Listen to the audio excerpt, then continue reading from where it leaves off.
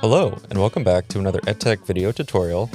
In this quick video, I'm going to walk through the homepage only template that is part of the law school's Canvas templates that you can find in Canvas Commons.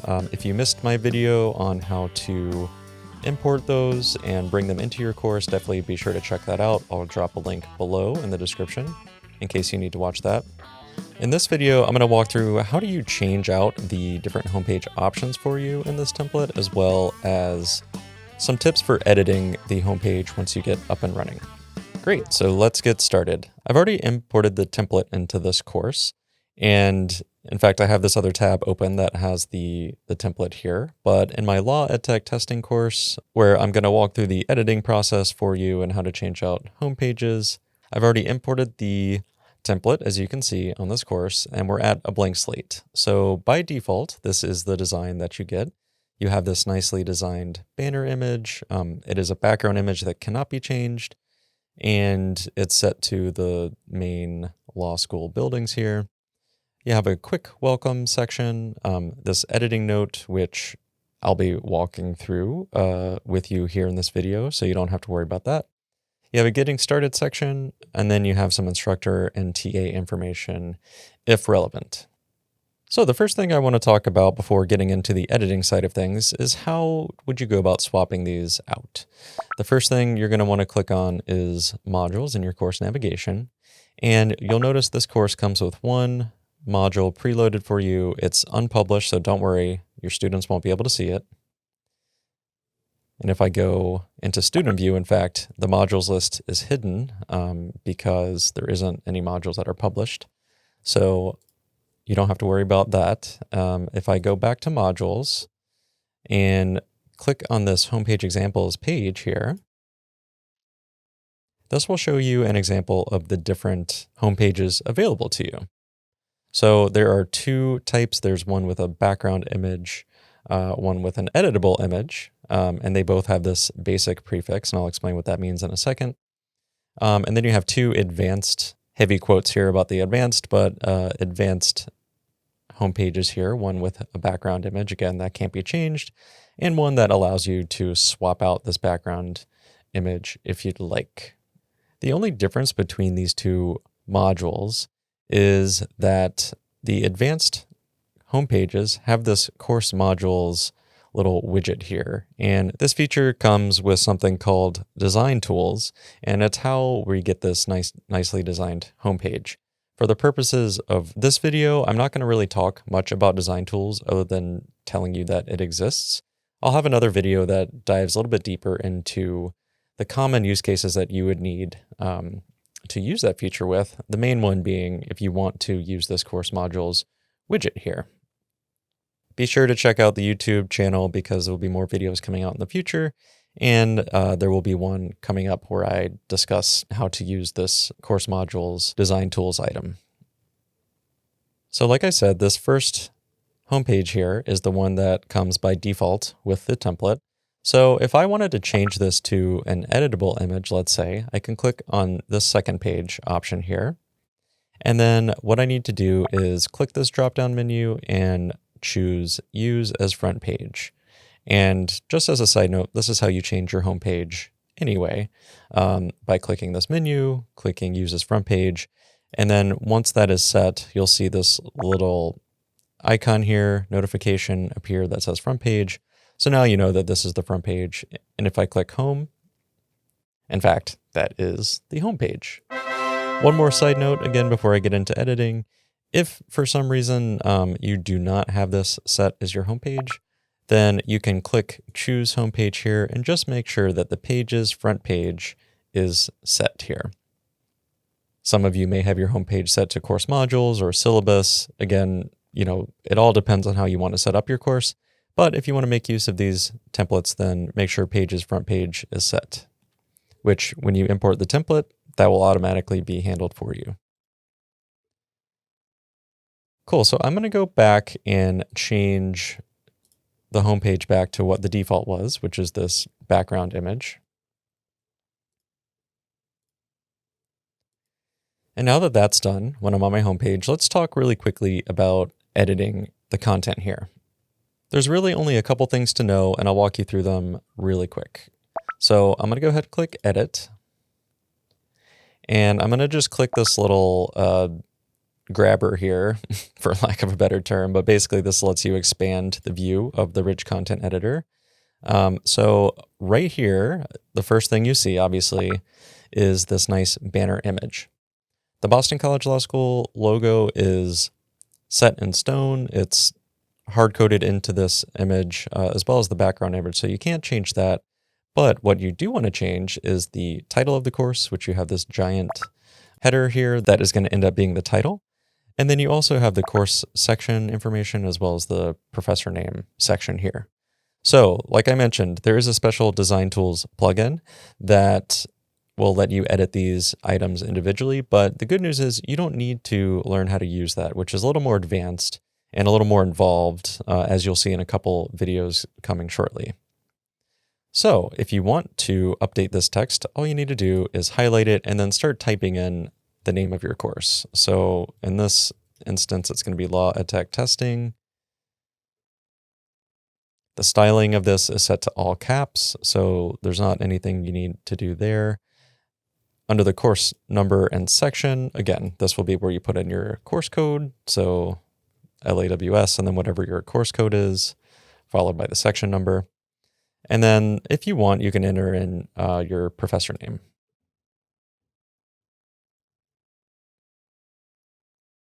So that's all there is to that. If you ever mess up somehow and need to revert your changes, you can always hit cancel and just get back to a clean slate and then go from there. Try again. Sometimes if you're typing in here and let's say you hit the backspace key, all of a sudden you can't get back to this very easily. It sort of like forces you to go down to this lower line. So again, you could just cancel out of this, or you can use the keyboard shortcut Command or Control Z, which is always your friend when you're doing edits.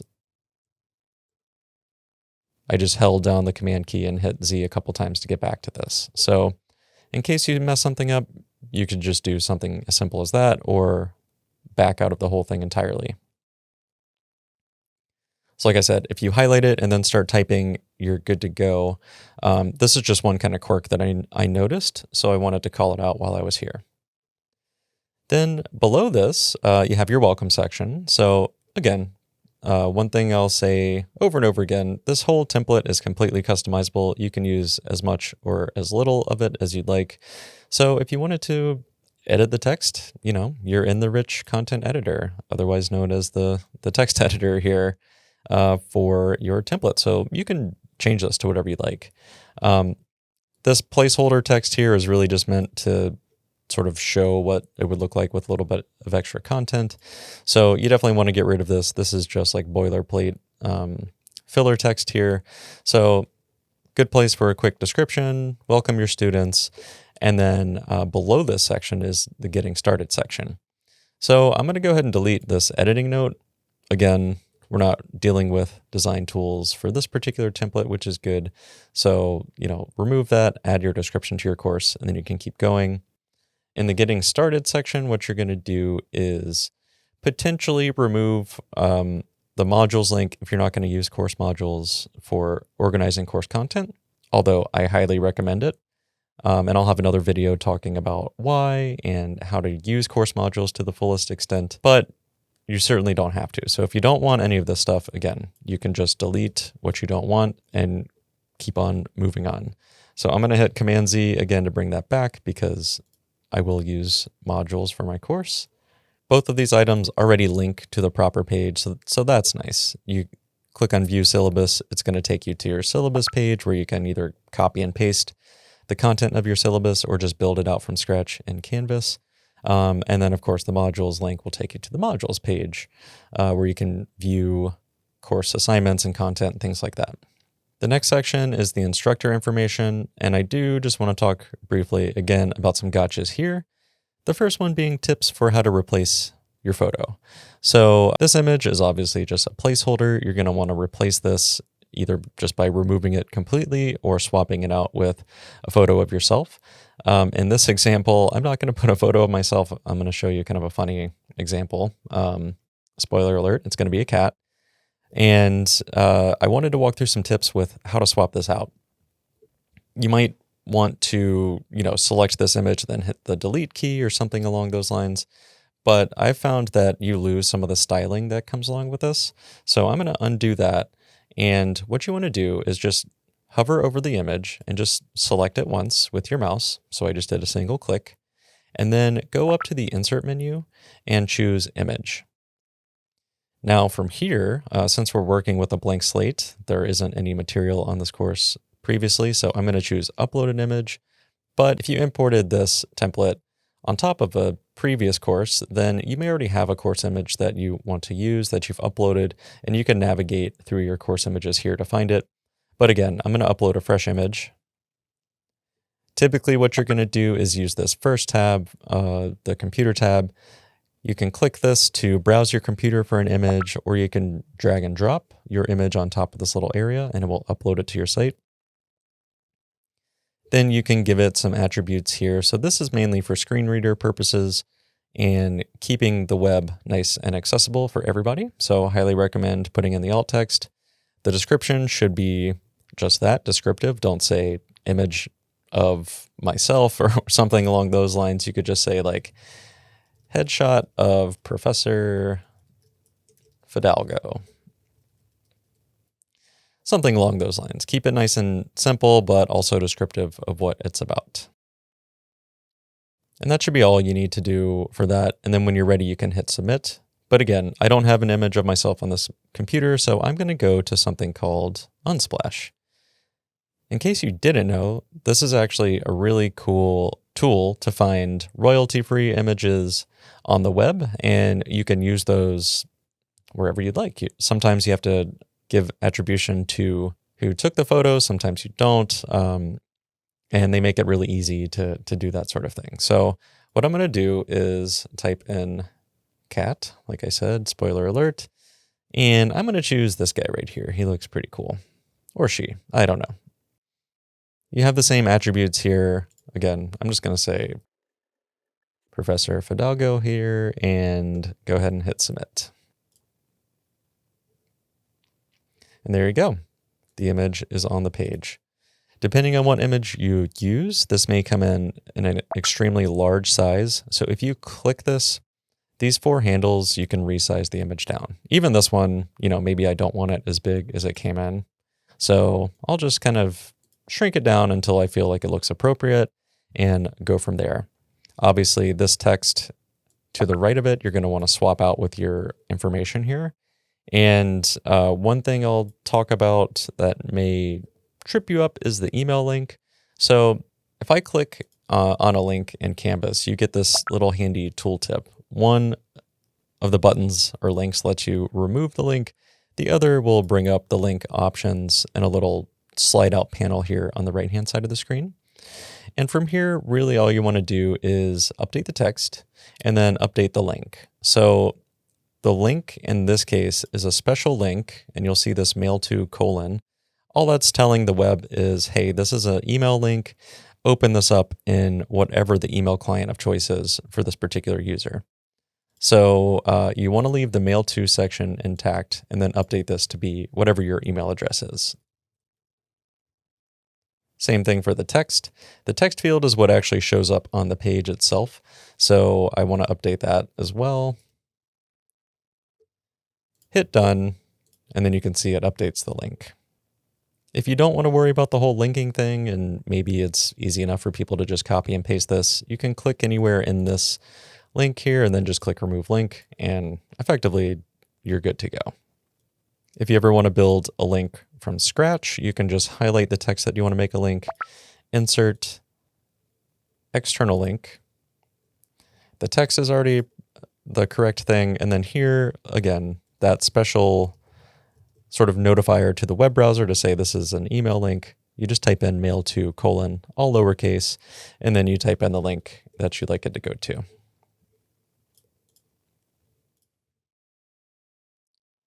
Once you've updated the instructor information, then there's also a little section for TA information if you want to use it. I'm not going to use this section, so I'm just going to delete it. But if you would like to use it, then you could update this with the appropriate information here. You'll notice when I delete it, there's still kind of a leftover list item here, and Canvas gives you this handy little notification about the different elements that are on the page. And this is HTML elements, so you don't have to worry about this too much other than it just shows you what sometimes formatting can get weird, and this is a good clue about what's going on. So for this one, what I want to do is select this, and then I'm just going to come up here and choose this ordered list option here, and it will remove that. So if there isn't one on the page, it will add it. If you're there and you click it, it will remove it. I could have also just hit the backspace key a couple times to get rid of it. There's a couple options there, but I just wanted to show you one of the easiest ways to remove either an ordered or unordered list from your Canvas page. And just like that, we've updated the homepage for your Canvas site. So go ahead and hit save. And now you can enjoy this nicely designed homepage for your course. From here, all the usual things apply. You can edit your site, add content as you normally do, and you are good to go. Stay tuned for other videos where I talk about importing the entire Canvas template and how to use the pre-configured modules that come along with that. I'm also going to have another video that dives deeper into the advanced features of these templates, including the module list, and there's some extra little goodies that come along in modules as well that I'll discuss in those videos. Thanks for watching. I hope to see you in the next one.